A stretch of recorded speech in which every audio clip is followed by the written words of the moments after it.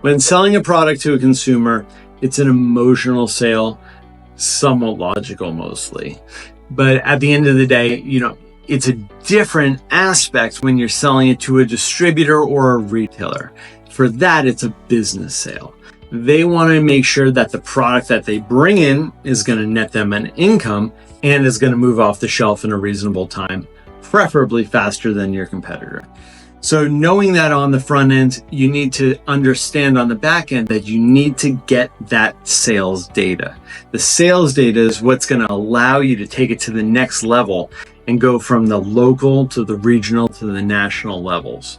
So starting locally, when you bring your product from the weekend fair into a retail store and you start going around speaking to owners, you need to know where it's going to be merchandised, where it's going to be sold from in the store. You want to give them that versatility on where in the store is going to be performing best.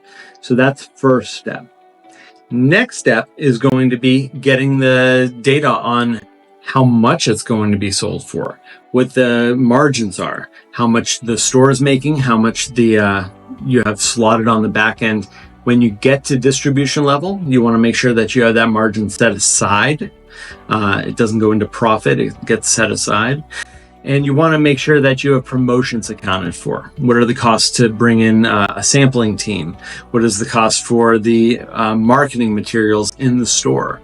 You want to have all of that information set aside so it's not cutting into your profits.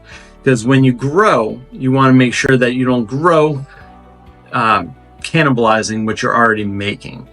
So it's okay not to make as much of a profit on the front end when you're growing, but on the back end, you want to make sure that you're not creating a business that isn't sustainable, that doesn't allow you to profit and doesn't allow you to grow.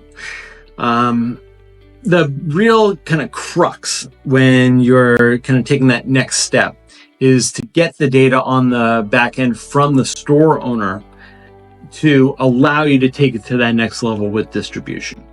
So what distributors want to know is they want to know how many units are moving per day, per week, per month out of the store. They want to know what kind of margin the store owner is expecting and what the distributor's slotted for. And they're going to want to know as far as the returns and any kind of spoilage that goes into the product.